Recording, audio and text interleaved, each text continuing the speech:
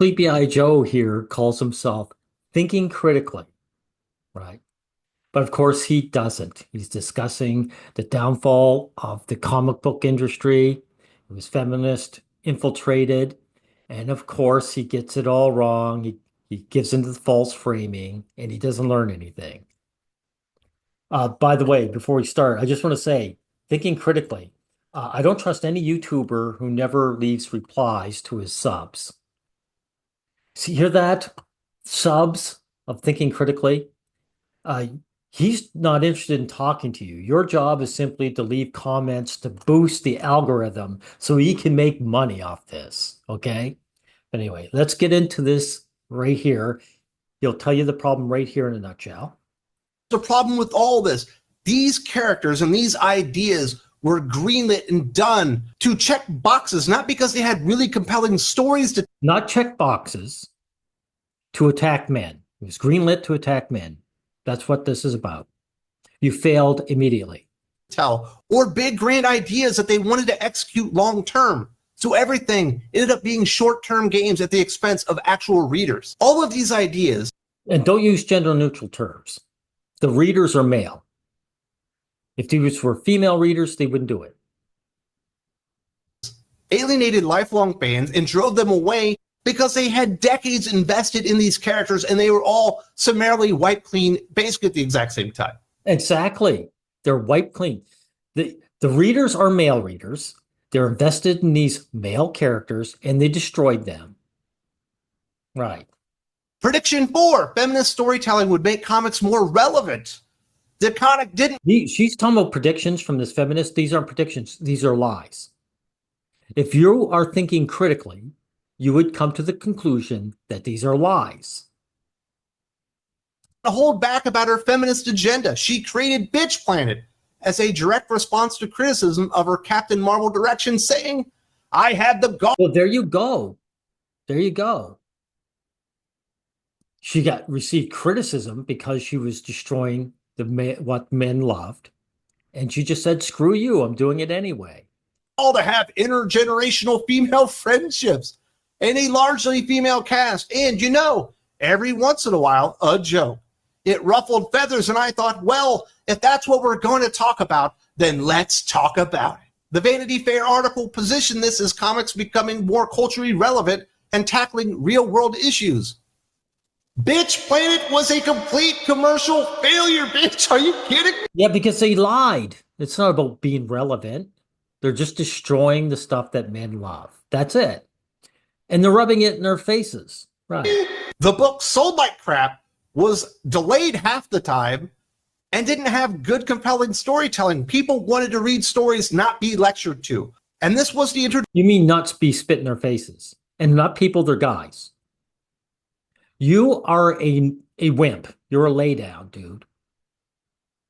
Introduction of a trope that is still killing comic books today. Female comic books cannot be about superheroes anymore. They have to be about intergenerational female friendships, and it's all about validation. Never about overcome the odds or doing something amazing. It's all about them talking their feelings out. Exactly. Women aren't interested in the superhero genre. It doesn't appeal to them. This is why thinking critically, women do not have to become heroes to be accepted by society. That's why they've never been interested. It doesn't appeal to them. And yeah, they made it into a soap opera. That's what appeals to women. Now, you admitted all this. This is why I started this here, guys. Now, we'll get at the start, and we'll see if he remembers any of this. Sorry, get that back up. Vanity Fair declared Kelly Sue DeConnick the future of comic books itself. They said her female-led titles were drawing women back into comics, that diversity was going to be the key to industry growth. Drawing them back into, that would suggest that they were there to start with at one time. They never were. They never were. Wonder Woman came out when? 1940, 1941? She was never a big seller. Because girls, as you admitted later on, are not interested. And the market was about to explode. Well, it's 2025 now, 10 years later. and comic books are finally starting to recover after all the damage done by Kelly Sue DeConnick and others. Really, they are. I don't see any recovery. These feminists set out to destroy it, and they succeeded with flying colors. There's no coming back. And this guy, by the way, is going to contradict himself. Oh, these guys always do. With their ideas, what was going to save mainstream comic books. But comic book stores are still closing at an alarming rate. And even really, so the comic book industry is recovering, but comic book stores are closing at an alarming rate. You do realize that statement is contradictory, thinking critically. And Kelly Sue DeConnick herself noted in 2021 that the state of the comic book industry was abysmal. So what happened? Did the woman that was supposed to save comic books actually break it instead? Today we're going to examine. Yeah, that's a stupid rhetorical question, because that was their goal. You shouldn't even ask that. Her 4 biggest predictions on what was going to save the industry and drive it to newer heights than it had ever seen before. Now, again, you shouldn't be given into their frame and calling them predictions. These are lies. They're gaslighting. That's part of the abuse of men. They're destroying their stuff, but they're also gaslighting and lying about it. And see if any of them actually came true. Spoiler alert, they did not. And the results, because they were lies, genius. They weren't predictions. Have been catastrophic for fans like you and me. And look, I'm not here to personally attack Kelly Sue DeConnick, but when the Really? So the person who purposely destroyed the comics, you're not going to attack her personally. Then you are a loser. You are part of the problem. If anyone deserves an attack personally, it's her. That's why that's the main reason that the industry was destroyed in the first place. It wasn't just because a bunch of infiltrators took it over. It's because guys like you let it happen. media crowns you as the future of comic books and your vision becomes the industry standard, we need to hold that vision accountable. Because so you want to hold this woman accountable, but you don't want to hold her accountable. You're not going to attack her personally. Another contradiction. You're a lay down, dude. So give it a rest. While the gatekeepers were out there celebrating diversity and feminism in comic books, they forgot about the most important thing, making comic books that people actually want to read. Now, first of all, they didn't forget that their purpose was to make comic books that guys would hate. Secondly, it's don't talk in gender neutral terms. The superhero genre is a male-read genre. Let's break down her 4 most controversial predictions and see how they played out in the real world. Prediction number 1, female readers are coming back to comics in droves. Now, that suggests that women once read comics books. That's a lie. Vanity Fair article made a bold claim. DeConnick has been credited with drawing female readers back to comic books. The article cited that in 2014, females between the ages of 17 and 33 were the fastest growing demographic in comics. Really? 17 to 33, in other words, young women, not girls. That's funny because when us guys get interested in comics, we did it in our childhood. And I started noticing them when I was 9, 10, 11, in my tweens. That's when we get hooked. So why are grown women? How come it's not young girls getting interested in the comics? Because they're, as you pointed out, they turn them into soap operas, and that appeals to grown women.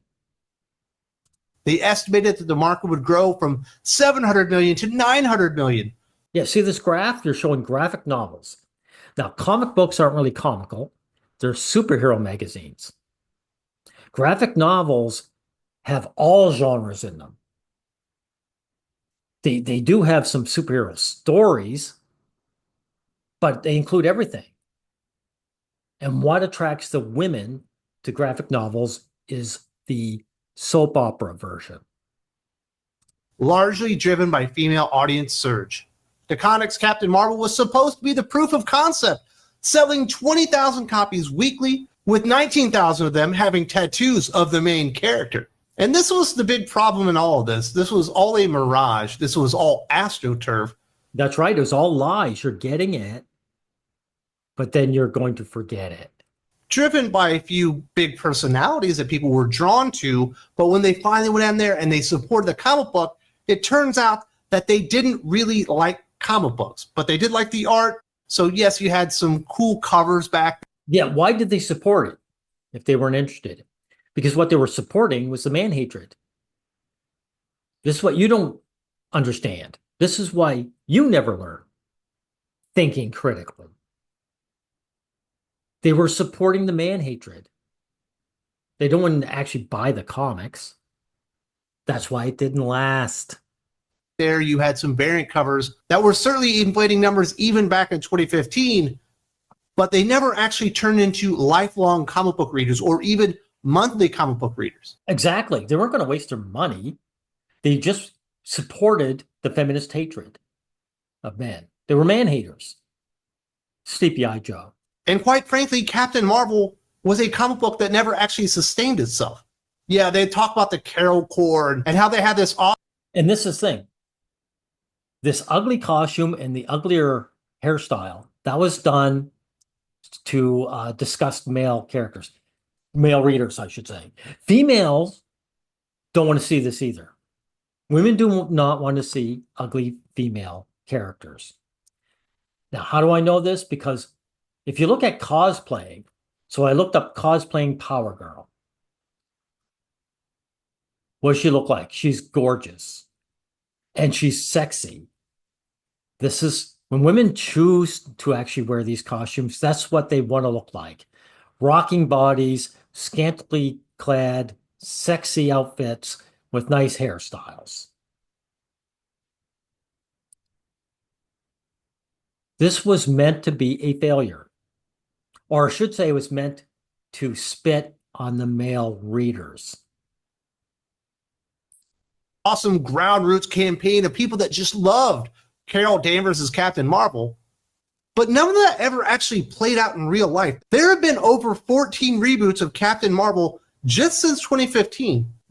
Yeah, why so many reboots? It wasn't because it was failing. It's because women are willing to waste money and burn a company into the ground to attack men. So when it failed the first time, they said, oh, good, let's bring it out again and spit in the men's face again. Lose money? Oh, do it again. Because you do not want to come to terms with the actual goals. That's how little staying power the character of Captain Marvel ever really actually had. In fact, if you look at a lot of the metrics from 2015, with the numbers that we do have until today, the comic book industry essentially remained flat, especially with periodic comic books and American superhero comic books, which is what Kelly Sue Comic was supposed to be the future of. In a lot of cases, those are stagnant dollar amounts, which means they're actually selling less units year over year. And in the end, there was female growth in the comic book format, but it wasn't American comic books. It wasn't anything that Kelly Sue or any of her friends had anything to do with. Of course, because their goal wasn't to make a comic book for women.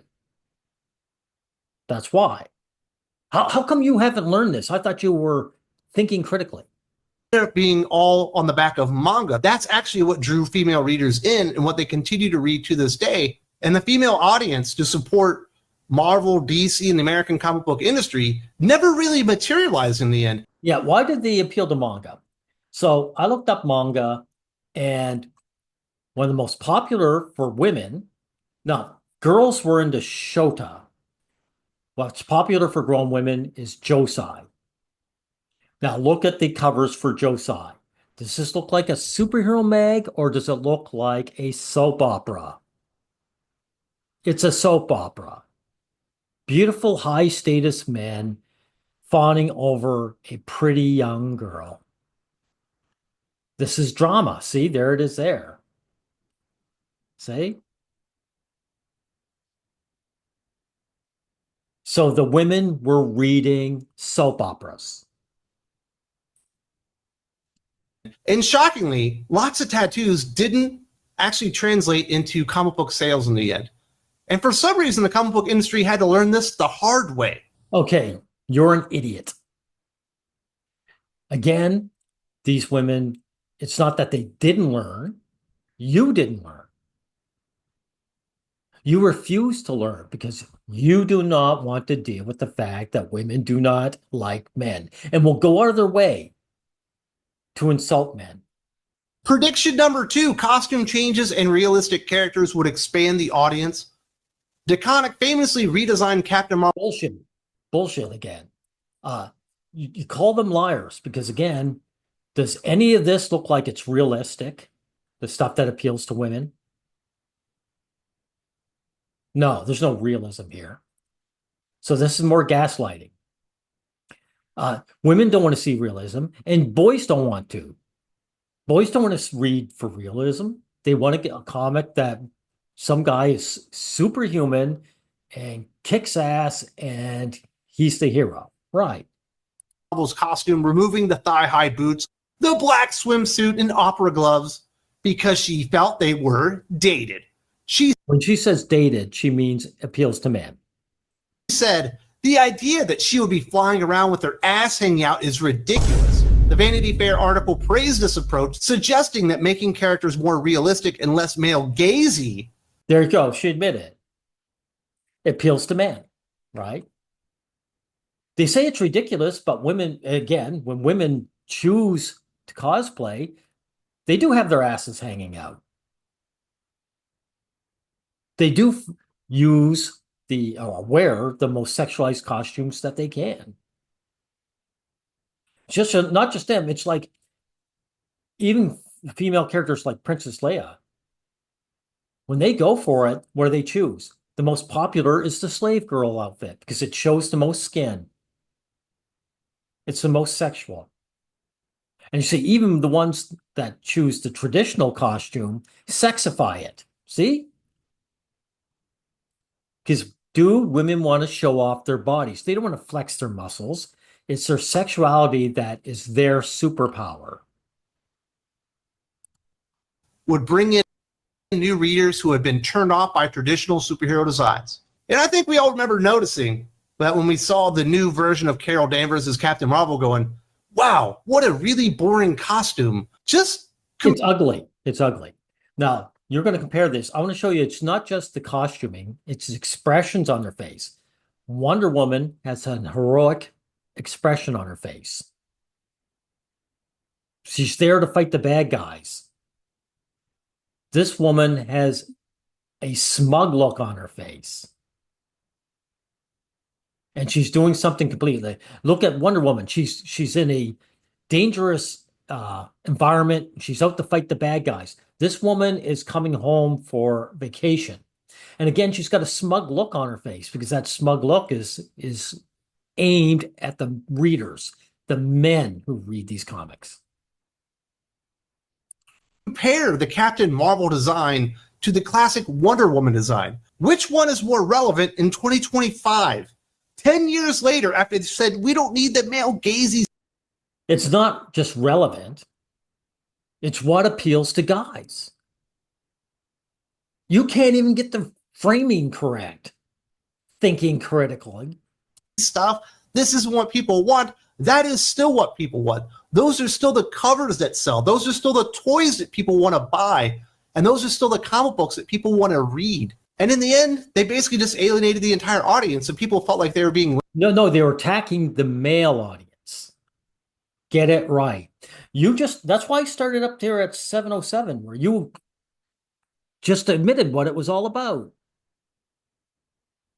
These feminists came in and destroyed the comic book on purpose.